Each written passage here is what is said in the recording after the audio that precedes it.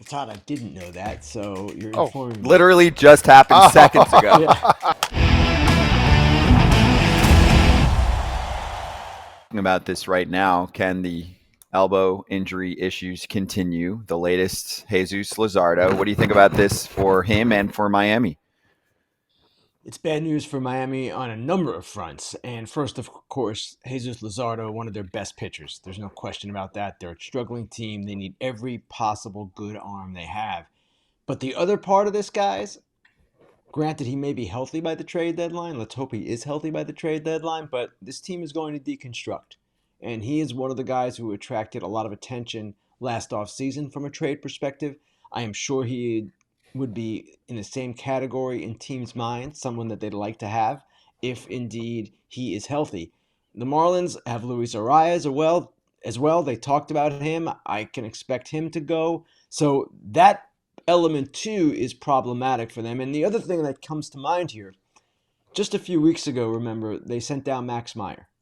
And at the time, when I spoke with Peter Bendix, their general manager, he explained, we feel we have something of a surplus in the rotation. We've got A.J. Puck in the rotation. We've got Braxton Garrett coming back. Well, as so often happens in baseball, things change and change quickly. What has happened since? Well, Puck to the bullpen and then on the IL. Braxton Garrett still not back. Now Luzardo is down. They're not going to want to mess with Max Meyer because obviously he is a healthy arm. He is part of their future, and they're going to be as careful as possible with him. And now, in hindsight, what they did with him, which was kind of outrageous at the time, along the lines of what you guys were just talking about with Jared Jones. And yet, it almost makes more sense to protect your arms when the season is almost lost and when so many other things are happening in a negative fashion along the same lines. Did you ask Peter Bendix anything about like perception in the organization? Perception in a sense that they're not going to get free agents. They're calling guys up from their minor leagues. And if you send down a guy who is putting together an all-star start to the season, what kind of perception does that give the way you're going to build your team through the minor leagues to other guys like, oh man, like I guess if I have options, I could get sent down? I definitely asked that question, Eric. Actually, it was the main reason I called him. And I didn't use the word perception, I used the word message. What kind of message does this send? And his answer was along the lines of, we've got to do what's best for the pitcher. And yet, I remember thinking this at the time and writing this at the time. You could have put Puck in the bullpen right then, since you were going to do it anyway. And at the time, you also had Ryan Weathers, who had options. Now, Ryan Weathers has since pitched pretty well for them, so maybe that wouldn't have been the right move to send him down instead of Meyer.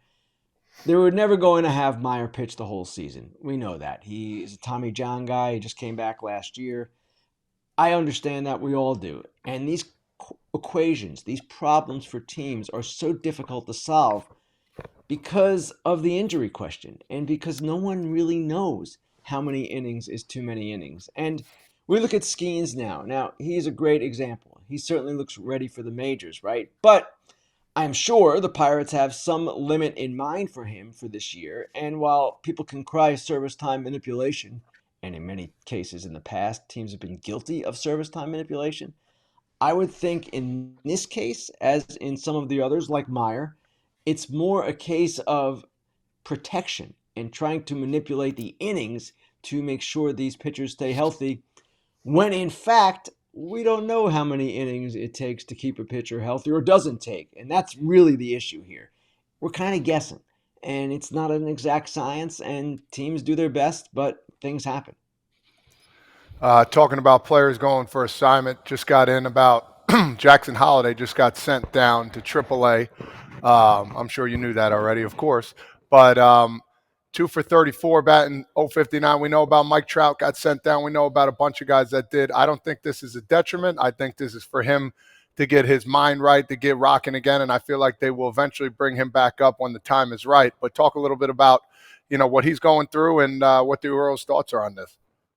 Well, Todd, I didn't know that, so you're Oh, informing me. Literally just happened seconds ago. Yeah. Godfather break. You're not breaking the news. man. The Orioles Not a did, surprise but, here either. And Yeah. certainly when you're 2 for 34, when you're struggling the way he has, and when so many other Orioles players are faring well, including a number of their rookies and younger players, it's not as if they need Jackson Holliday right now to be in their lineup every day. They've got Westberg, most notably, playing really well, and they also have Ramon Urias and Jorge Mateo, other veteran types that they can use. That was why Jackson Holliday didn't make the team in the first place, because they had all these guys. So from that perspective, from a team perspective, it's okay. And from Holliday's perspective, again, we all scream for these guys to come up. We all can't wait to scream service time manipulation.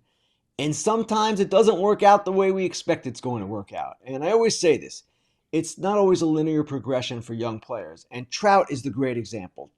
Mike Trout, had to go back to the minor leagues. Mike Trout.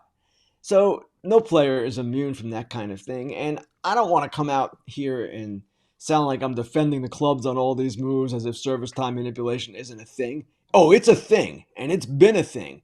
But you also have to look in many of these cases at the broader circumstances. And it's never one, well, not never, but it's rarely one thing. It's usually a combination of factors that leads to either keeping a player down or sending him back down. And Chris Bryant a few years back, that was clear cut in my mind. He should have been up, period. It shouldn't have been a question. And we've seen now some rule changes to enhance the team's thinking on promoting players from the start of the season, the draft picks that they can get when a player gets Rookie of the Year, for example. But at the same time, it's hard to play in the major leagues. This is the first lesson I learned as a beat writer a long time ago, and you guys know this better than anyone. So it doesn't always come immediately for every player. For some, yes. And even for a guy who dominated spring training, like Wyatt Langford, he's been good. He hasn't been great like he was in spring training because the league is so difficult. Yeah, it's tough to be a rookie. I mean, everyone wanted Anthony Volpe to be a superstar last year. It's like there were some positive signs and there were some things he had to work on. I'll give a positive out there for Jackson Holliday. His defense was rating really well. If you go by, some of the advanced metrics like StatCast, he was already at least a few ticks over average in what, a week and a half of games. My question, Ken, is the timing of bringing him up. I'm in the boat of, hey, bring the guy up. If he struggles, we've seen a ton of success with guys going back down and coming back up, like Trout. Your colleague, Cyrus has talked about this recently. I think there's some early data on like sending a guy down, letting him get his confidence back, bringing him back up. My only thing was, if the Orioles said what they said in spring training, hey, we need him to work on X, Y, and Z. Why is the timing that you bring him up right before you get the potential to have an extra pick, right? Like if you really wanted him to develop, you keep him down there for 3-4 weeks. You know what I'm saying? I know exactly what you're saying, Scott, and your point is well taken. Now, at the same time, it wouldn't have killed this guy to go back to the minor leagues for the reasons we've now seen, right? He Yeah. needs some more work. So, what you were saying at the time was valid. Hey, if these are the reasons you're giving in November and he fulfills that and you think he is ready, then why isn't he on the team? Those were valid questions. At the same time, I don't know that the Orioles were driven by that. And the reason I say that is because they didn't do it the year before with Gunnar Henderson. Gunnar Henderson made the team and obviously succeeded, was Rookie of the Year. So they kind of have the benefit of the doubt when it comes to this question in my mind. They didn't do it with him, Henderson, so why would they do it with Holliday? But again, when you come out publicly and say, hey, he's got a real chance to make the team, and then he crushes it in spring training, and then you throw up these other roadblocks, well, we want him to work on his defense, we want him to work on how he fares against left-handed pitching, it raises some questions. But I don't really have a problem with the way they have handled this with Holliday. I've had bigger problems with other teams over the years. Yep, that's fair. So I'll bring you to another one because you're covering the Cardinals and the Mets this weekend for Fox. Jordan Walker just got sent down. I'll mix in a question because Nolan sent something into us yesterday. I promised I'd get to it. And I'm like, you know what? Actually, it applies here. He said, in your opinions, do you think the Cardinals need to make an org change? It seems as if the Cardinal way isn't it anymore. The team seems dead. Does Mo got to go? And, what do you think of the way, I guess, some of these players are being developed? I think they've been known for scouting for a long time. They admitted they had pitching development problems. Are there hitting development problems here as well? This is year number 2 of optioning a very highly touted prospect. It's a good question, and I'm not sure of the answer, to be perfectly honest. And maybe it's as if I was saying before, where it's not a linear progression. He simply needs more time, and there is a bit of this with prospects. But yeah, who of these great Cardinals offensive prospects has really developed in recent years? Dylan Carlson was supposed to be a star, good player, not a star. Lars Nootbaar, that's a feather in their cap, in my opinion. He is a really good player. And we can go right down the line. They have had issues along these lines. There's no question about that. I kind of like where their team is as long as they start hitting. Their hitting has been a problem, Their pitching is in a good place, actually, right now. I questioned it at the start of the season, but so far so good in the rotation and especially the bullpen. Their defense is in a good place. They're going to get Edman and Carlson back at some point, Carlson first. So it kind of comes down to Goldschmidt and Arenado, and yes, ultimately Jordan Walker becoming the player they want him to be. I'm not ready to condemn the entire organization for this season yet. It seems like it could be still a bounce back season, but their fans are frustrated. They're frustrated for any number of reasons. And I can go right down the line. We could do a whole 2-hour show on why Cardinals fans are not happy. The way the team spends, the way the team develops, just the overall approach in recent years. But I wouldn't give up on this season yet. I know other teams in the division certainly look at them, the Cardinals, and say, whoa, they've got some talent, and it could still show. The Cardinals have always been the upper echelon organization, and they're down for like a season and a month, and everybody is poo-poo in the Cardinal way. When you go over to the stadium, assuming you're going to go over to the stadium tonight or today, this afternoon, what's the most intriguing, interesting question that you're going to ask the Mets organization or players with the Mets when you go in there? I know you talked to both teams before the series, and today's your day, but the Mets specifically. I would say the biggest thing that I'm curious about is JD Martinez and how he's going to fit. He's obviously going to fit, but just the impact he has on the team and how ready he is. We'll see, right? He's had this back issue. It's taken him time to get ready, and now he's got to face major league pitching, something that he's had great success against in the recent past, of course. But at the same time, who is JD Martinez? Because if he's JD Martinez of last year, which was a really good player still, then that's going to transform their offense. It's going to elevate it to a place beyond where they've been now. It deepens the lineup quite obviously. I liked what I saw from them last weekend offensively. Marte was going really well then, and Lindor was starting to come, and he got better even in San Francisco. So they've got a chance here. Now, I still worry about their pitching, and it's going to be a concern. But JD Martinez is the difference from any other part of the season and the difference from when I saw them last weekend. So that's the main thing that I'm kind of just curious about, honestly, Eric. I want to talk a little bit about also another DFA that just happened. Kevin Pillar DFA'd for Tommy Pham. You wrote about that a little bit earlier for the White Sox. We've been waiting for Tommy Pham to get picked up by somebody. The guy's an absolute stud. Talk a little bit about him and the move the White Sox make here. I mean, do you think it's a good move? Do you think this is something the White Sox needed? Well, the White Sox need a lot, Todd. Yeah. I do think Tommy Pham is going to come in there and raise the standard of work ethic and raise the standard in general. That's what he does. It's what he did for the Mets. It's what he did for the Diamondbacks.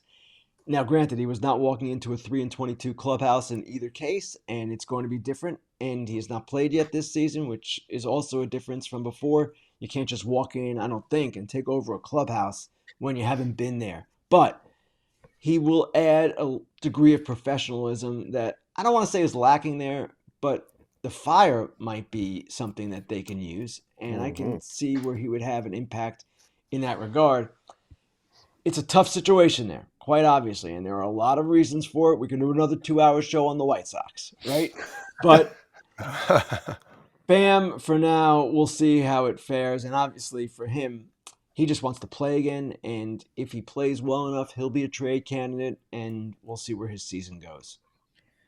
All right, Ken, one more for you. It was a super chat from Fair Territory from Daniel, and we just didn't have time to get it in there yesterday. And he's been great, asking many cool questions. So he said, can you answer this question about contracts like John Lackey's? Will there be more of them where there is a year added at the minimum as arm injuries increase? I don't know if this question was asked because of someone like Robert Stevenson, but that comes to mind because he just went down for the year.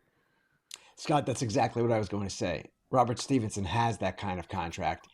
He's not at the minimum if the Angels pick up that option. It's, I believe, $2.5 million. So a little bit different, but similar. And that's the way for teams to structure deals and account for pre-existing injuries and conditions. JD Martinez had one with the Red Sox, if you remember, the second 5-year deal, I think it was. So that is done. I can expect we'll still see it, and maybe we'll see it to a little bit greater degree because of all the injuries, but it's mostly due to pre-existing conditions. You can't just say, well, yeah, I guess you could tell a guy, if you have an elbow problem, we're going to do this.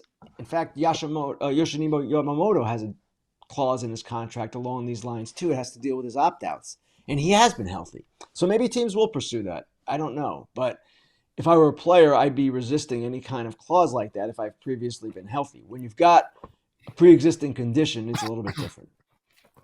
I also just thought about the offseason chatter where some people were like, well, they should put a clause in Ohtani's contract that he has to pitch or things change. And I'm like, that's cute, but he's Ohtani, so he's going to say no. Good try. Right, exactly. Ken, awesome to have you back. Enjoy the game this weekend. Thank you. We'll see you next week, Monday on Fair Territory. Thanks, guys. 1 in 5 Americans have learn a new language on their bucket list, and it's been on my list, and I'm actually working on my Spanish right now. If this sounds like you, make 2024 the year you finally check it off the list with Babbel.